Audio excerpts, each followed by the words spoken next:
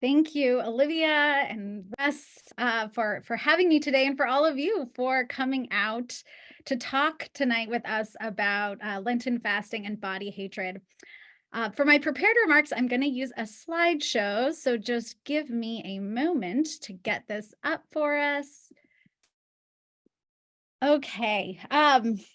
So to get us started, I want to talk a little bit about fasting because we live in a time where I think we get so many mixed messages about fasting.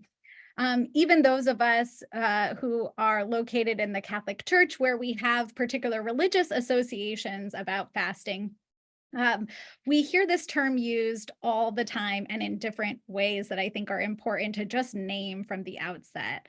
We live in a moment right now where fasting is a major topic in secular conversations. Things like fasting are being prescribed as kind of like hip weight loss plans. At the same time, even within our churches, we're hearing fasting used often as a sort of general term for a religious abstinence from virtually anything, from Netflix to curse words.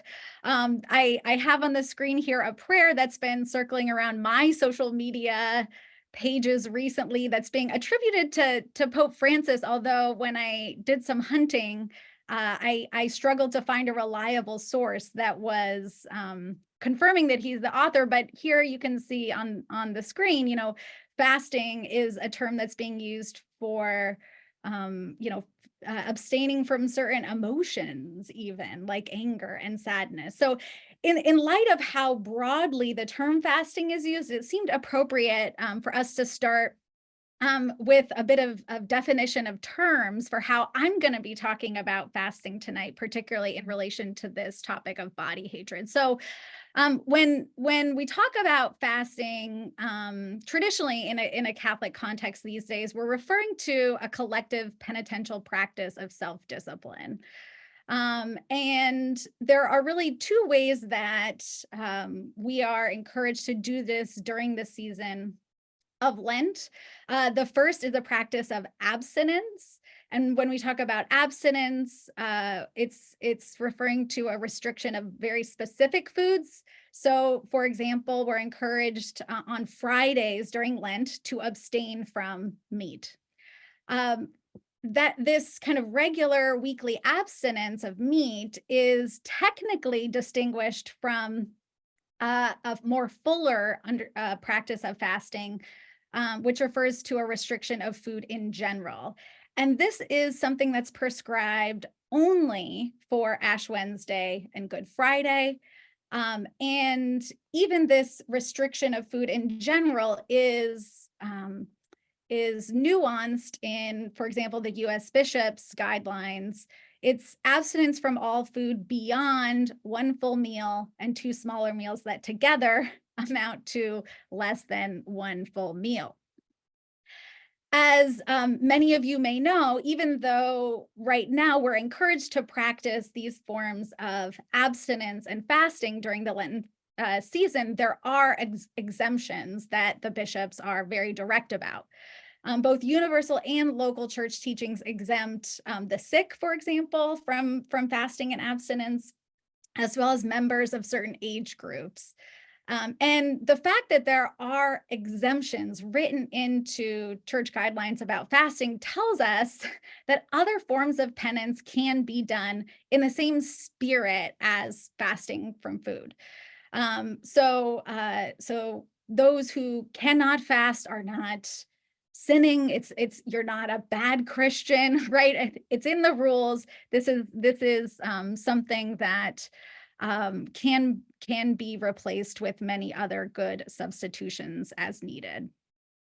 You probably also know that when it comes to conversations about Lenten fasting, people are also often talking about individual practices of fasting. So the guidelines that I just went over are those kind of common to the church, but many people often adopt additional forms of abstinence from food as a part of their personal practice during the Lenten season. Today, when I talk about Lenten fasting, I'm going to be referring to the kind of stricter fast, the bigger fast of Ash Wednesday and Good Friday, and the abstinence from food on Friday, and these personal practices of abstinence that people often adopt. But I'm gonna kind of limit these practices of abstinence and fasting to food as the focus of my remarks. As a theologian, one thing that is important to me is to acknowledge some of the theological underpinnings of fasting, particularly this collective practice of fasting that we take on during Lent. For many people, fasting can connect us to our forebears in faith and to one another. Fasting is an ancient practice that's been passed on for generations in the church. And I think today, studies tell us, I'm thinking of a study from 2016 that says that something like 60% of Catholics say that they abstain from meat on Friday. It's a huge number, especially relative to like weekly mass attendance, which is around 20%. So there's something about this practice of fasting that that people, I think, feel connects them to one another. It's a kind of communal practice that they want to buy into, but also, again, it has very, very deep ancient roots in our tradition. And I think that's important and connects us to this larger community beyond the present. Fasting can also reflect a body affirming and incarnational sensibility that's really important to Christian theology. At the most basic level, fasting assumes that we can use our bodies to connect with God, like many other forms of embodied practice. And this is important, especially in contrast to some ideas about the body that have existed in other places and times and other religious traditions, where the body is seen as actually a problem for connecting with God. It's something that actually needs to be overcome in order to unite with God. Contrary to that sort of body denigrating religious sensibility, fasting should remind us that our bodies can be harnessed to unite us with God. In light of that, you may be wondering, what does this have to do with body hatred? After all, the title of the talk was about Lenten fasting and body hatred. My interest in the connection between Lenten fasting and body hatred began not so much as a research interest, but as a sort of personal interest. If you're anything like me, over the years, when Lent is approaching, there are often announcements at the end of Mass when a priest stands up and reminds everybody about the guidelines for the forthcoming Lenten season. And on more than one occasion, I have heard priests, probably well-meaning priests, joke about how this is an opportunity to lose a few pounds.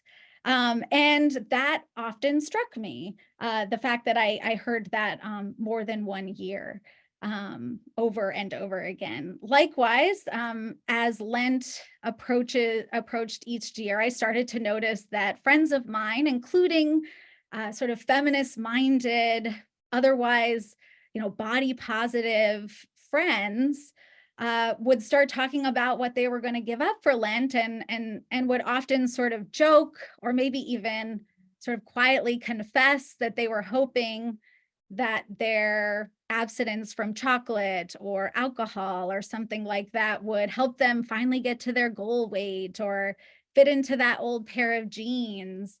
As somebody who has personally kind of struggled with my own body image over the years, but who also has been a student of feminism for a long time, often these moments of kind of body denigration made me uncomfortable, but also curious. Like, why was it that so many people, including feminist-minded people, who are aware of the pressures of social body ideals, why was it that so many people were associating Lenten fasting with their own experiences of body hatred? And so after observing this over and over again, as I said, I decided as a theologian that there might be some work to do in this area, and that some of my training as a feminist scholar might be able to help me shed light on why it was that Lenten fasting was so often an occasion for people to express insecurity about their bodies.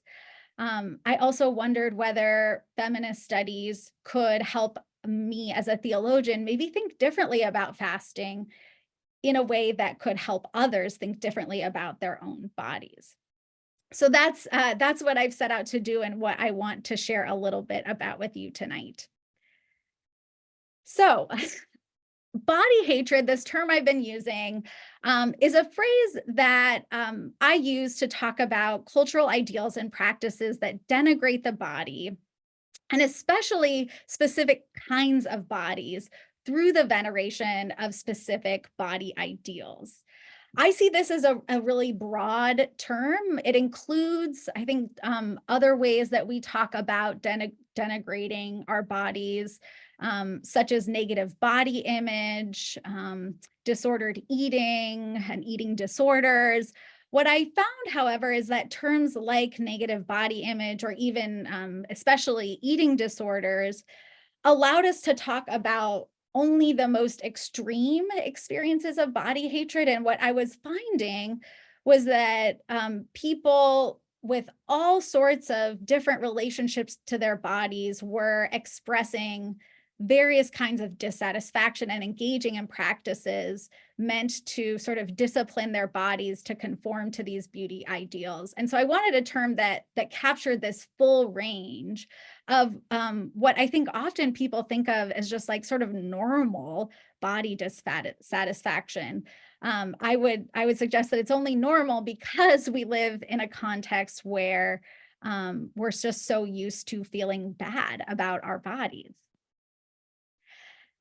That said, while I think a lot of different kinds of people experience body hatred, it's really important to note that the body ideals that underpin body hatred are refracted through multiple and intersecting oppressive structures of race, ability, age, size, and class, among others.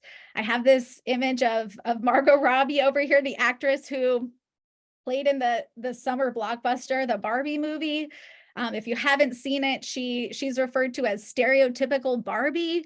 And it's a sort of joke of the movie that she embodies this perfect beauty ideal and this perfect life. And I think it's a good kind of stand-in for this body ideal that reflects a very specific, not only body shape, but race, class, age, and so on. One's relationship to these oppressive structures will result in varying kind of personal experiences of body hatred, probably, but certainly different social and material experiences of body hatred. Those of us who aren't of the same class as this beauty ideal, or size, or age, or race, will experience different material and social messages about our body that very concretely will reflect a sort of denigration that often is psychologically internalized as well. In recent years, the language of fat phobia has become increasingly mainstream thanks to fat studies scholars and fat activists. And so I wanted to share with you how some activists and scholars in this area are talking about the ways that different kinds of bodies socially and materially experience what I'm calling body hatred. This passage and the next quote that I'm going to share with you is from a new book called Unshrinking. which is the cover is on the screen here. This is from a philosopher, Kate Mann, who is not only a brilliant philosopher, but a really skilled writer who writes for broad audiences, for those of us who are not philosophers. In this book that just came out, as I said, she tackles this topic of fat phobia for a general audience. There, she says that fat phobia can be defined as a feature of social systems that unjustly rank fatter bodies as inferior to thinner bodies in terms not only of our health, but also our moral, sexual, and intellectual status. So fat phobia is thus partly a misguided ideology, a way of thinking, or a set of false beliefs and inflated theories that our culture holds about fat people.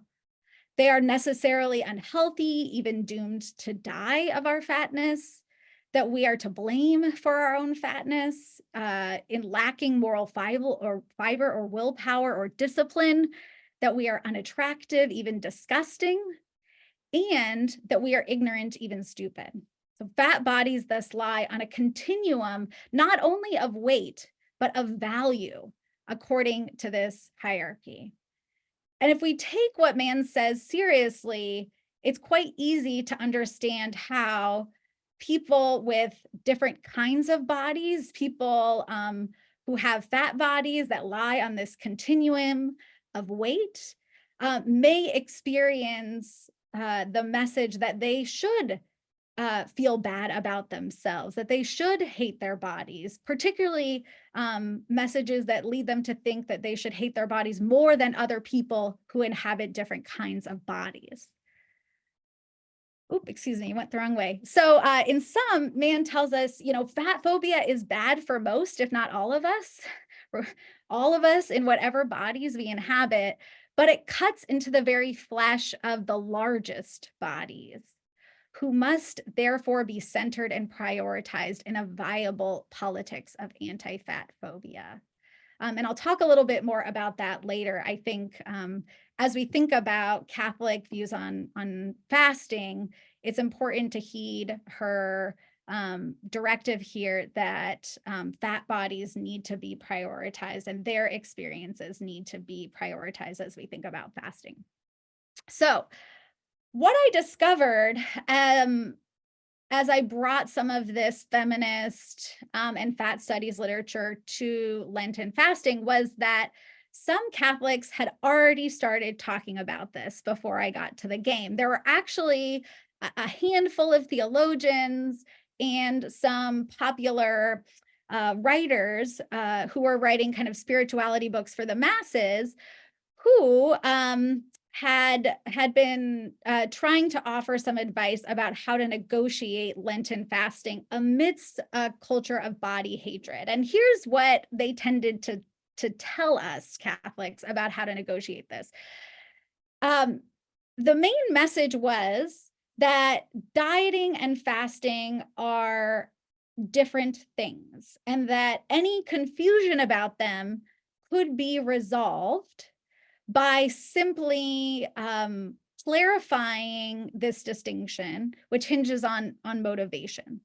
What they said is that dieting is a form of food abstinence that is motivated by conformity to normative beauty ideals. So the idea is I'm going to abstain so that I can lose weight or change the shape of my body. And some of these Catholic authors even said, what this amounts to is a desire for, greater pride. It is about feeding the ego, about making yourself feel better.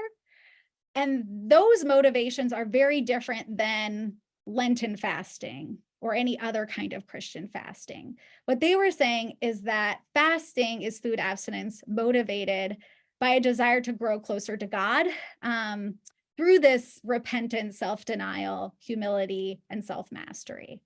And so if you brought sort of pure motivations to fasting to grow closer to God, then that would result in spiritual growth, oneness with other people, awareness of the world's needs and God's presence. if you brought this sort of pure motivation to fasting, you might even find that fasting helps to strengthen your perception of the body's sacredness. All those kind of spiritual results would be absent of dieting, because, again, of this kind of central motivational difference that they were claiming. I think there are some good things that come with this definition of fasting that a lot of these Catholic writers are trying to advance.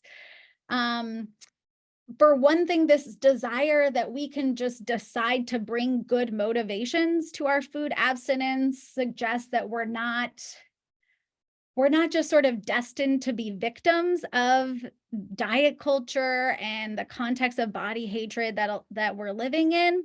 And I think there's some truth to that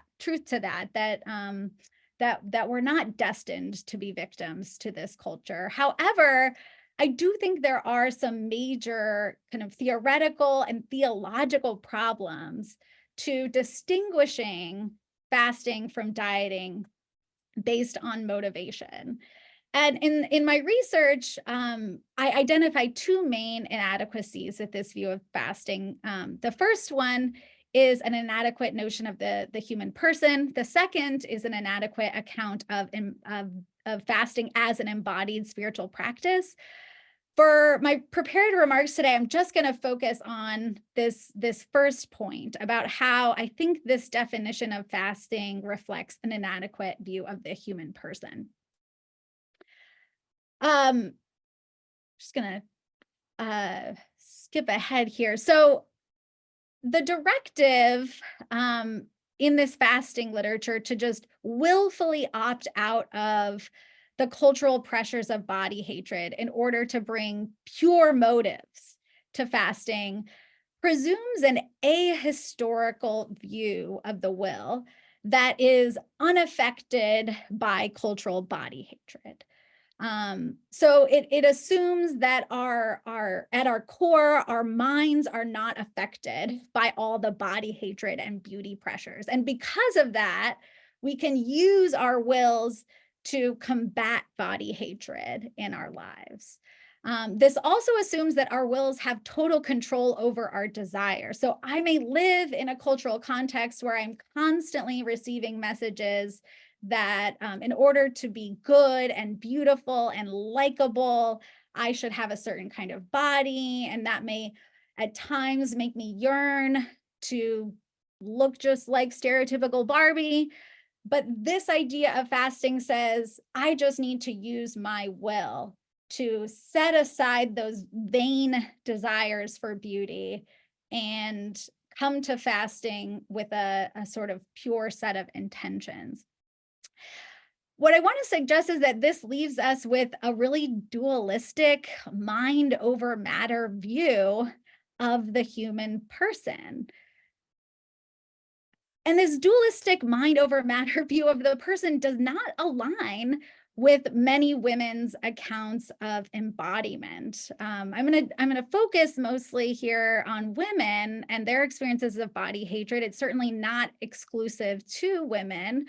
But just to give you some examples, this is a passage from feminist scholar Harriet Brown, who's a journalist, a professor of journalism.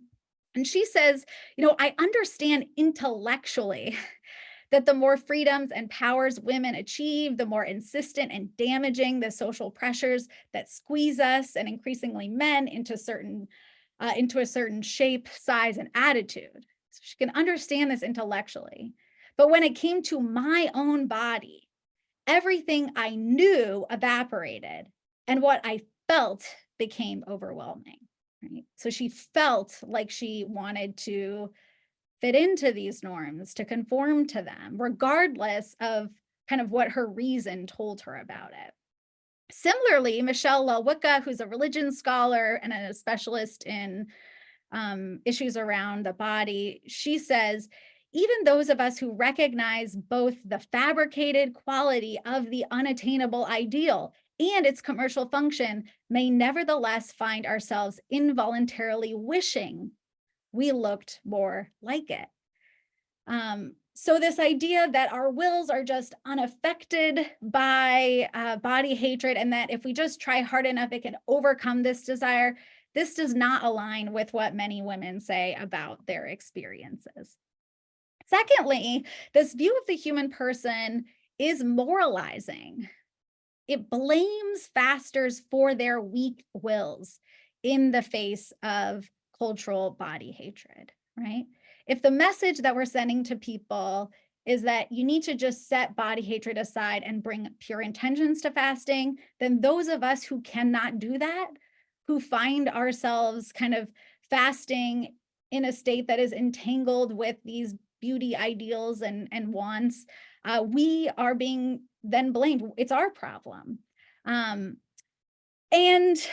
a lot of really important feminist scholarship and scholarship in fat studies tells us that blaming the individual for their inability to resist the pressures of diet cultures is a big problem. Presenting cultural body hatred as an individual problem of the weak will masks the fact that it is a social problem. Body hatred is a social problem, and one that disproportionately burdens some people according to gender, size, race, class, and ability, among other markers. And it struck me that in this Catholic fasting literature that often blames the individual for getting sucked into diet culture, in the same literature, there's very little attention to how people of different genders, as I say, different sizes, ages, might find it harder actually to separate themselves from cultural beauty pressures. It has very little regard for how people who inhabit different kinds of bodies might have very good reason because of the discriminations that they face, because of the social messages that they face to, see the allure of conformity to certain body images. So when we think about it as just an individual problem, we're never going to be able to recognize these real differences that result from our current culture of body hatred. And then thirdly, this dualistic mind over matter view of the human person does not align with Christian views of the human person. As I said earlier, Christianity does not espouse a dualistic view of the body or of the person more broadly, wherein our bodies are a problem that need to be overcome in order to connect with God.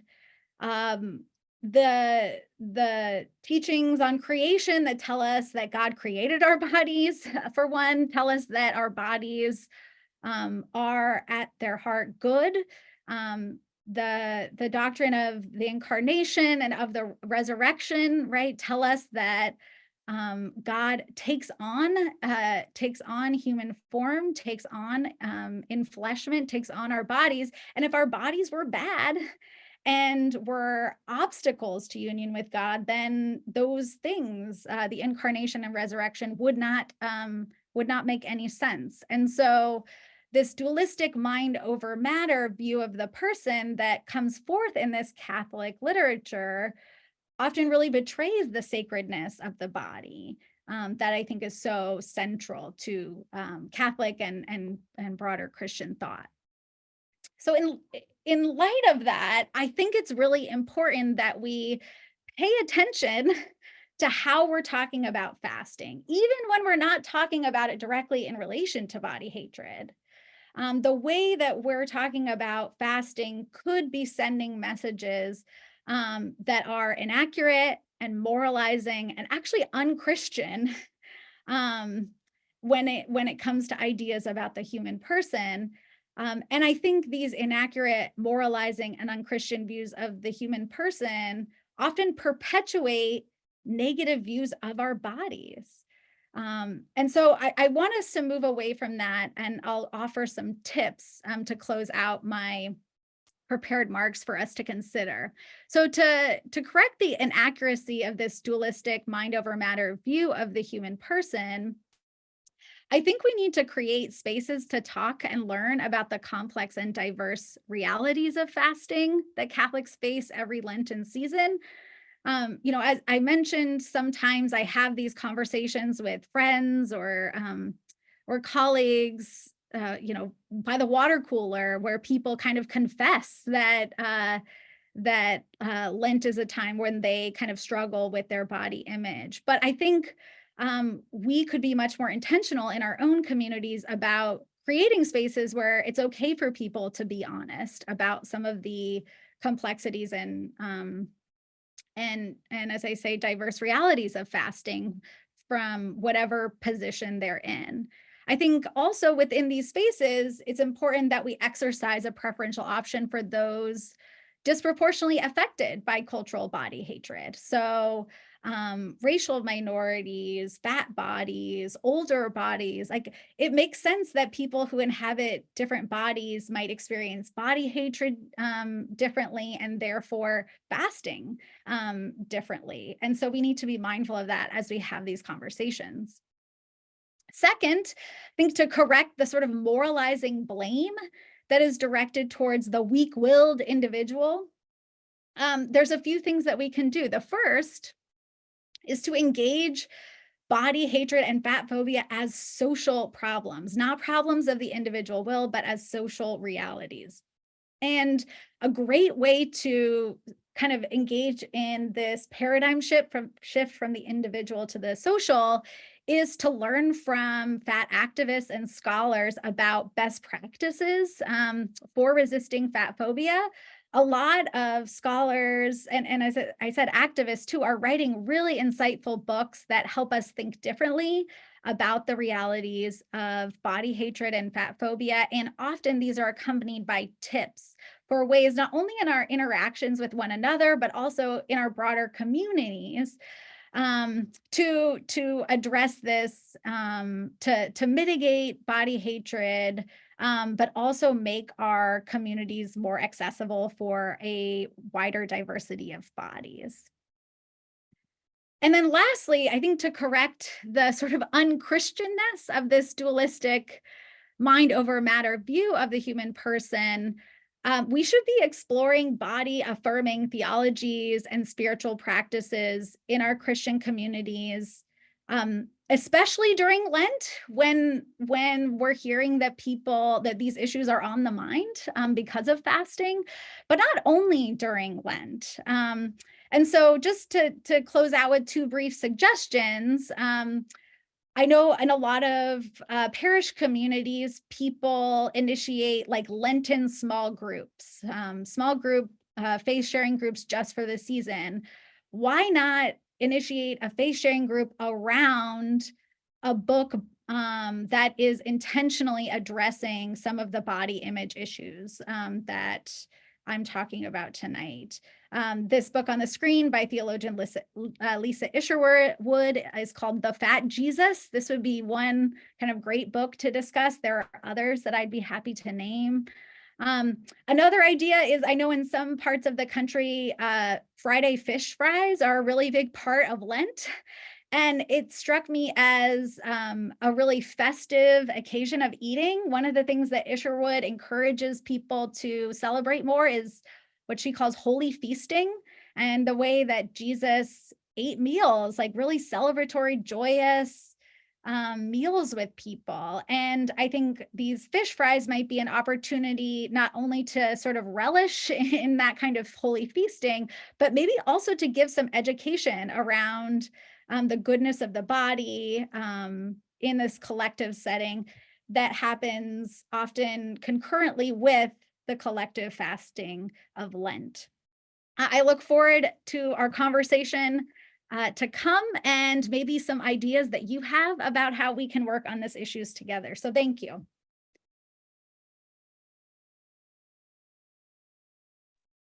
Thank you so much, Jessica. That was awesome. Like I shared at the beginning of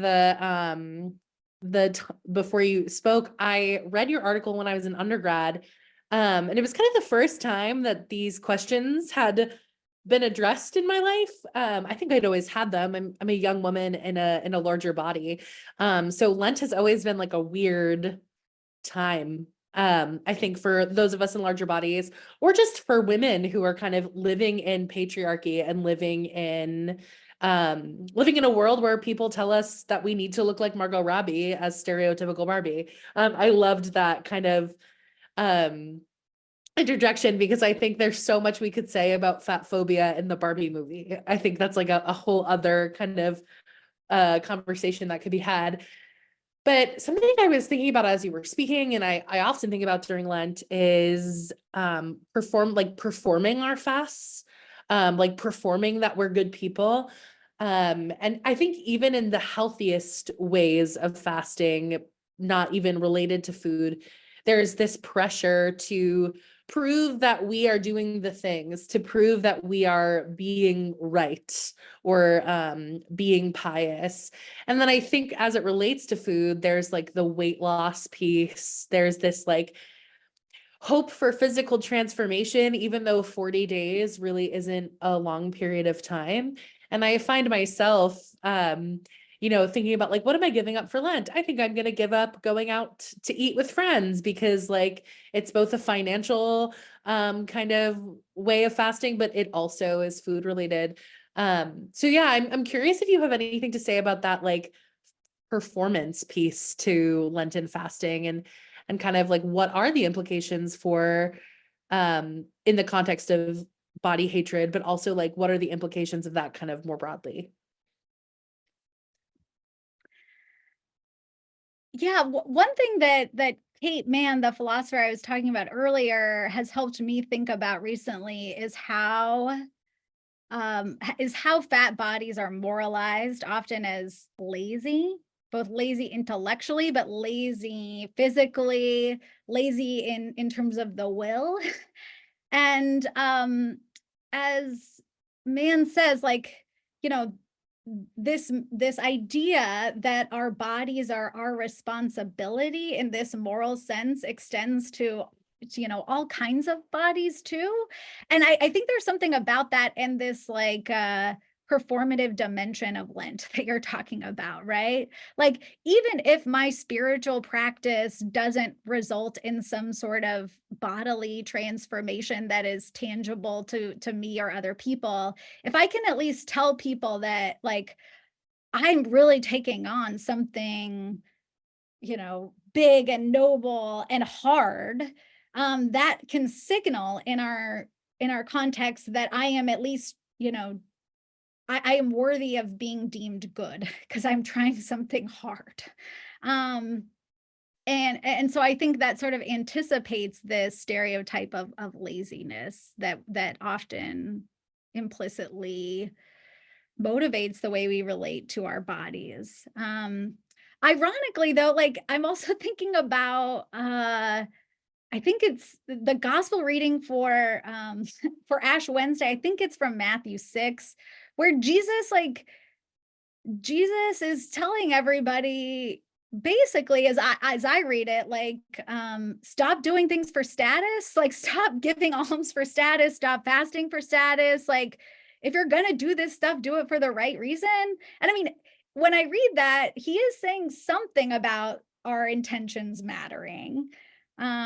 Right. I think that often is harnessed in misplaced ways when it comes to this conversation about dieting and fasting, as I said. um but but I think the pressures that many of us feel to perform around the season for some kind of status, um yeah, I think if nothing else, it speaks to the kind of context that we're in and that we really need to address as a community. um this isn't how it should be for us. Yeah, yeah. Roxane Gay is another like one of my favorite writers kind of in this conversation. And in her memoir Hunger, she says that for fat people, the body is a matter of public record, like unconcealable under like like wearing black clothing to like slim yourself. Um, if you wear stripes, people have something to say about it. If you're in a space, people have something to say about it.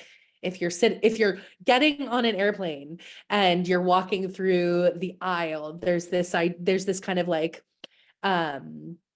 there's the eyes of judgment, but there's also like this internal monologue for fat folks that is just like, everybody's looking at me. Nobody wants to sit next to me. And so I kind of appreciate the call out to like that stereotyping of laziness, and also how it carries into like potentially like this performative piece, like spiritual laziness, right? And that not only kind of circles us back to fat phobia.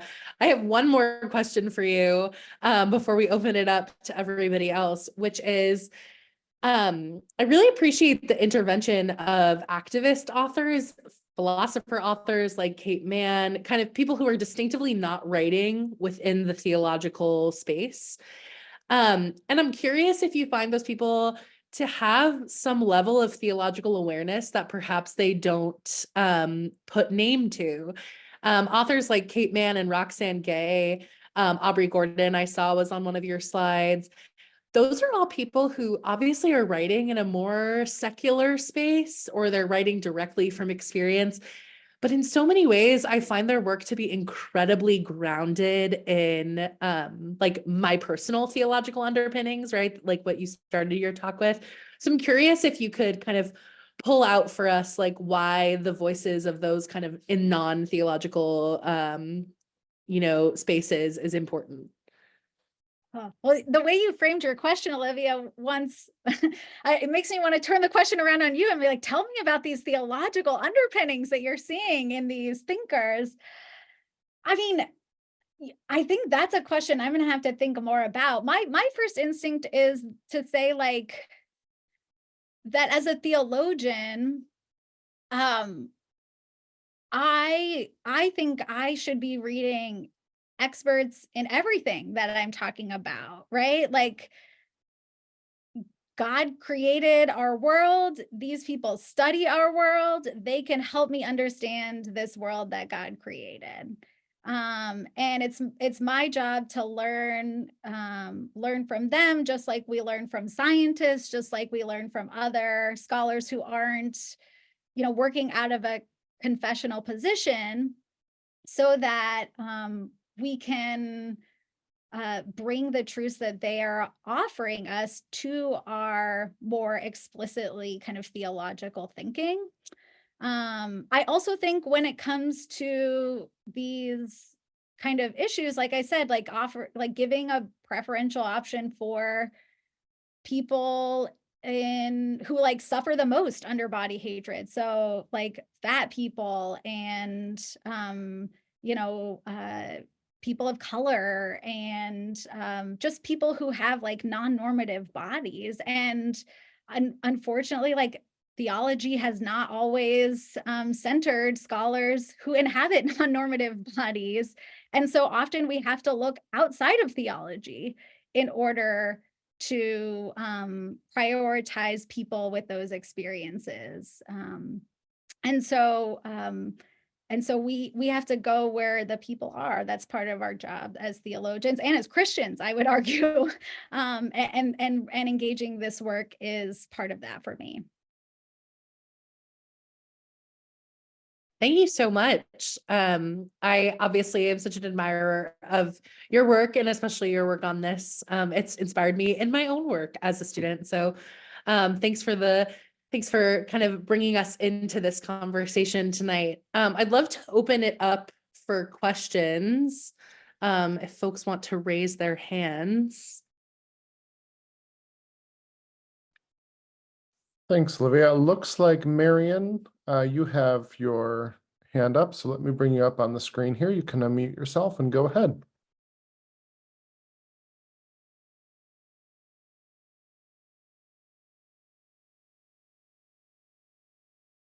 Oh, you're still muted, Marion. There we go. There we go. So, when I read the promotions for this, I was thinking about my own life and the times as a young girl, and then developing how my mother would really be on me about my shape and how she had wide hips and I have wide hips. And my sisters, who are quite a bit older than I, they started to talk about my FA, which was my fat ass. And I was like, 12 or 13 and very slim and things like that. And when I was thinking about your comments today and relating to that, because then by the time I got to college, I had 2 bouts of anorexia where I really, and that you can never be too thin. And I was relating what you were talking about fasting with the ancient practice of self-flagellation. And I was wondering if you had considered, the fat phobia, but versus that also the other side of it is, the starvation and the suffering that goes along with that. And of course, being in a patriarchal society, then your mothers can be reinforcing that. And as thin as I would get, my frame was my frame, my skeleton was my skeleton. So my hips were always going to be, however wide they are. And when we think about the cultural norms now, the models are really not curvy. They're not really mostly feminine models. They're more straight. They're like hangers. So they don't have as many curves. I mean, there's, areas where that's not true. But I was wondering if you had also explored that part of this idea of fasting. Thanks, Marian, for raising this question and also for sharing some of your own experiences with us. In terms of starvation and these more extreme forms of fasting, there are some really great insightful historical theologians and historians of Christianity who have done extended studies on some of the more extreme ascetic practices from early Christianity and medieval Christianity, where, for example, some, women saints even were known to consist only on the Eucharist, or like practice what we today would see as these like really extreme self-harming practices of starvation. And so first I would say, like, if people are interested in reading some of this, I would be happy to send along some titles. But one of the really interesting things that these historians as a group often highlight is that context really matters for understanding what is going on when these like holy women are starving themselves in the name of God. And that in some cases, it wasn't simply reducible to issues of their like body image, for example. Sometimes these women were in ecclesial contexts where the regulation of food was one of the only kind of spiritual practices that they felt was available to them because of their position as women in the church. And so in some ways, engaging in these practices in a counterintuitive way to us might have actually felt strangely empowering to them because it was a way of relating to God when so few avenues were available to them. So that certainly shouldn't be grounds for us to like romanticize it and then bring it into our own context, which, while we still have many constraints on spiritual avenues for women in the church, those we have many more avenues often than what were available to those women. And also we're I think combating a really different context of, as you really put really well, Marian, a very different context of kind of beauty pressures and ideals than we can assume a lot of these early ascetics were encountering. Thank you. So I hope that helps us continue to think a little bit. Thanks, Marian. Thanks, Marion. Susie H., I see you have your hand up. Oh, or maybe not. Okay, Guillermo, I see you have your hand up. Go ahead, Guillermo. You'll just need to unmute yourself.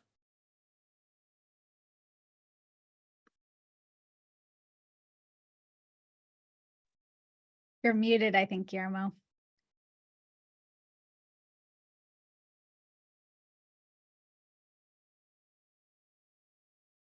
Oh, let me try sending you a message here. Should get a little pop-up. Okay, let's see. We'll try to figure that out, Guillermo. You should be able to unmute yourself. Oh. There you go. I Try just was again. able to now. No, I'm Oh, able to I now. got it. Oh, good. But before it was just sending me a message every time I was trying to unmute that basically you were the only one allowed to do that. But that's it. Hey, hi Jessica. Long time no see. I wanted when you were talking about stuff, I know there's a bunch of thoughts that came out, particularly the tendency to impose perfectionism, like the unhealthy psychological tendency onto like any practice, whether it's for fasting reasons or control or what have you. That's just one of those things that the mind over body thing was making me think a lot about.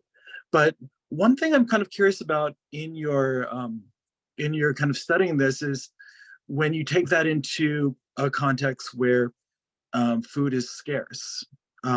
What have you found as far as the literature is concerned for the way the church might be talking to populations where starvation is rampant? What does that change about the message that they usually say when they're talking about fasting? Mm-hmm. Great question, Guillermo. And actually, there was a time, I want to say it was like in the 1990s where this exact question was a major driver of kind of Catholic Eucharistic theology, particularly in liberation circles, where several people, I have some of these written down because I was looking this up earlier. Well, several different people were writing about how Eucharist, but also other spiritual practices like fasting should be an occasion for Christians to recognize that we have like food at the center of many of our rituals, and thus a regular opportunity to reflect on food and justice throughout the world. And so it was a major topic, and there are several different resources out there that are making the exact point that I hear you intuiting, which is that that our spiritual practices around food should awaken us to the injustice of food scarcity and things like that. And I actually think we have things like, right, the little rice bowls that a lot of communities that have around Lent, which I think when that is done well, that kind of money collection is done well, could be accompanied by education around poverty and food scarcity and other kinds of, or in our own communities as well as in other parts of the world. But I don't often actually hear a lot of education around where the rice bowl money is going and about the need for such kind of collections as an issue of social injustice. But I think at the heart of it, my research around fasting and body hatred is trying to push us to realize that fasting happens in context of injustice. And what you're pointing to is one such injustice that I think we would be well to focus on more as well. So thank you. Good to see you. Thanks, Guillermo. Susie, now that we've got that situated, let's bring you back up on screen here. You should be able to unmute. Am I on? Can you hear me? Yes, you are. Okay. Yeah, hi, Susie. Hi, thank you. I have to admit I was a little nervous coming to your talk, and I kind of like started to slip away just as Olivia was introducing you, actually. Thank you, Olivia, for just framing this talk in such a way that is welcoming to people who struggle with these issues. And I just feel like your ability to talk about the pitfalls of fasting in our cultural context is really like spot on, because I feel like there are some extreme examples, like you said, of eating disorders, but that generally as a culture, we kind of have a cultural eating disorder that is maybe a lot more rampant than we're willing to admit. And so I think it just gets really sticky when you talk about fasting and how to really determine your motivations. And so I have actually, just since becoming aware of a lot of these issues in my own life, stopped fasting during Lent. And I liked the idea that you talked about of using food as celebration. And I feel like that's something that I jive with a lot more as a Lenten practice. I mean, I know it sounds like I'm a bad Catholic to say that, but I think that that actually is just about it's from a justice perspective, kind of standing up to the deprivation and like cultural starvation that is encouraged and very harmful to many people. So anyway, just appreciate all of your research and this talk. And I do think that it's hard to engage in these conversations in communities unless you really know where the person who's leading is coming from, because otherwise I think it just can be really difficult, like as a person in a larger body, to come to that conversation knowing that there's going to be potentially a lot of fat phobia all around you. That's very unconscious. So anyway, just deeply appreciative.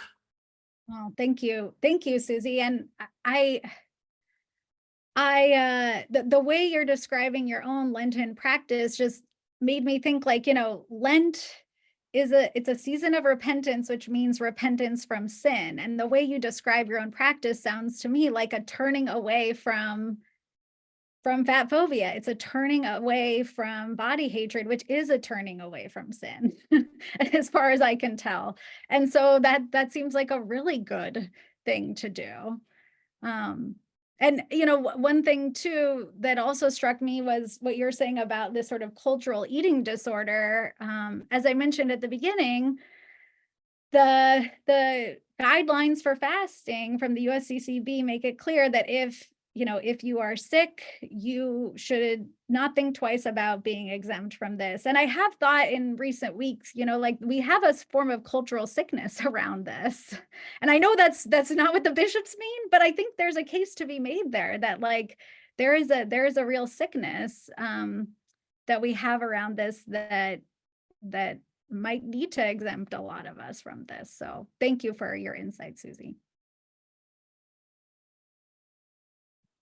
Thanks, Susie. I see Margot, you have your hand up. Let me bring you up on screen here, Margot. Go ahead. Thanks. I at a university which is largely Protestant, and I've been very refreshed by this different perspective of fasting, which is here. And it's also been very liberating, not having everyone sort of secretly scanning the room. What are you doing for Lent? What are you doing for Lent? Because like, what's Lent? Like, what do you mean? Didn't Pentecost happen? Like, we're living the Holy Spirit, Kingdom of God's inaugurated. Like, why are you making yourself suffer? And there's some more. That's not what everyone thinks, of course, but it's been very liberating to be in a different culture without external pressures, and instead listening to, I guess, the inner voice in terms of fasting. So I like what you said about fasting as connected to justice. theologian Scott McKnight had a quote, which I recently heard, that fasting is the natural and inevitable response to a grievous and sacred moment in life. And it's been connected to the moments when you have to remind someone to eat when they've lost a loved one. It's something that sort of naturally happens. And I think as a theologian, a question that I thought of was when you were talking was like, well, is even the practice of fasting as it is written now true to scriptural witness? Or yeah, and like I don't know in the level that it's institutionalized if that's true. I thought of just when you're talking about the rice bowl and sort of fasting and thinking about people who don't have food and we have food. It struck me as a sort of fake solidarity, sort of like when I was living at the Catholic Worker, some people talked about, I sleep on the ground because our guests sleep on the ground. And like, if our guests had a bed, like they'd be in that bed. They like, you would appreciate that bed. Like different people would like how much they would give for a bed and heating or air conditioning. But there's some sort of adrenaline rush, or I don't know, something performative, like Olivia was saying about these acts of self-denial.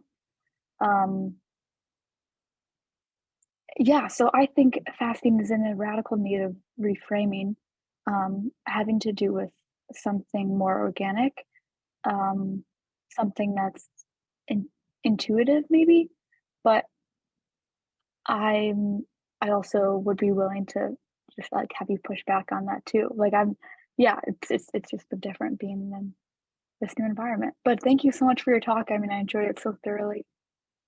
Thank you, Moraga. And thanks, you've given me a lot to think about from your reflections. I mean, like I this may just be on the mind from what I've been teaching recently, but I was talking with my students the other day about the book of Amos, Prophet Amos, and like one of the things that like Amos says in his message from God to the people is like, I don't want your fasts. I don't want your sacrifices if you also trample on the poor. Like, I don't want you to do the sort of, religious part, the pious part, if you're not actually, caring for the poor and just like the justice, the matters of justice in your midst. And, what strikes me is that the religious people probably thought they were doing the right thing. I have every reason to think, some of the imagery in Amos is very indulgent and maybe gives us reason to think that these religious people were pretty malicious. But I think oftentimes people who are very pious and even legalistic about things like fasting do it because they think they're doing what God wants them to do. And so in terms of the scriptural witness, I think like prophets like Amos and others, even Jesus, challenges us to really take a step back and say, like, am I really attending to justice? And if I'm not, then these other kind of more extravagant pious gestures are going to mean a lot less to God, according to the witness of scripture. But I think your story of the Catholic worker, challenges me to think like, it's not always obvious what the just thing or the solidaritous thing to do is. But if we're fasting without asking that question, then I think that's a problem. So thank you. Thanks, Margot. Jessica, do you have time for one last question? We have one more hand up. I do. That'd be great. Okay, great. Ariel and Rachel, let me bring you up on screen here. Hello. Hey there. Hi, Hi, it's good to see Jessica. you. We appreciate your work as always. And we were just kind of talking about the trend now towards intermittent fasting, and that being such a buzzword right now that's associated certainly with diet culture, but also kind of under the skies of health. And there is a lot that goes along with that. And we were kind of just wondering your thoughts on how that maybe further muddies the water, and further blurs line between like fasting as a religious idea, as a dieting thing, and then as a health, and it's like kind of cutting across all of that with this shared language. Yeah. So, yeah, we were wondering your reflections on that. Yeah, I'm happy to offer my reflections. I've been thinking about this year especially because I'm like, where did this come from? It is everywhere. And like a couple things have come to mind. One is that I as I understand it, there's various forms of intermittent fasting, but all of them seem much, much more extreme than, for example, even somebody who in a very strict matter is going to follow the fasting guidelines for Ash Wednesday or Good Friday. And so one thing I wondered are whether like the mainstreaming of these much more extreme forms of fasting for health might actually lead people to think that they need to be more extreme in their own religious fasting practices, a la like what Olivia was saying earlier, how like sometimes there's this mentality that like if you're not really pushing yourself, then you're doing something wrong when it comes to these Lenten spiritual practices. And if more extreme fasting is being normalized, then that is going to be even more pressure. So that's one thing I've wondered about. I also think that, a lot of the like fat activists, for example, that I've been listening to and engaging, like one of the main targets of their criticism and activism is like the medical profession, because of the ways that that a lot of doctors have adopted size and weight as like the bottom line metric for health. And if you engage the work of a lot of these activists and scholars, they have lots of examples of how the assumption that larger bodies are unhealthy bodies has led to doctors sort of dismissing the pain and sickness of people in larger bodies. There's also just like so many terrible stories of the ways that doctors have kind of talked down and discriminated against people in larger bodies simply because of a number. And so, I mean, if we're fortunate enough to have access to healthcare professionals, most of us are going to them. And so that is a major locus of or like that's a major source of fat phobia that's being distributed throughout society. And so I think if nothing else, like the mainstreaming of intermittent fasting as a way to tackle the problem of weight is, I think, only amping up some of the pressures that people feel around body hatred, which will only kind of complicate some of the things I was naming earlier. Now, I will say, like, obviously we like science is real and we need to depend on doctors. That one of the things that I have found really helpful in some of the fat activism and literature are like tips for navigating these medical spaces, but also like it's exposed me to people who are in the healthcare profession who are saying like the relationship between weight and health is a lot more complicated than what we often encounter. But I fear that the more attention that intermittent fasting is getting, the more that the nuance about the relationship between health and size is going to be lost. So it's a real issue right now. So thanks for asking. Yeah. Yeah, thanks for your thoughts on that. Mhm. Yeah, I think we're Good only to see you. seeing more of that. Yeah, good to see you. Thanks to both of you. And it's about 8:15 here, so I'm going to go ahead and wrap things up. And I just want to say thank you, both Olivia, for you suggesting that we have this talk, and Jessica, for you coming and giving us this just really wonderful presentation and engaging in so much rich conversation. I think this is a really, really important topic, especially, given the responses that I'm hearing from our folks in the chat and those who have come up to talk to you. And I want to thank you, Jessica, for all of the work that you do. This is not the only topic that I think we could consider to be a social disease or a social ill that you're grappling with in a theological way. And I think it's so important, and you're such a gift to the church. And I'm so glad to be in your company. So thank you so much. Thank you, Ross. And thanks, everyone. It's been great to be with you. And thank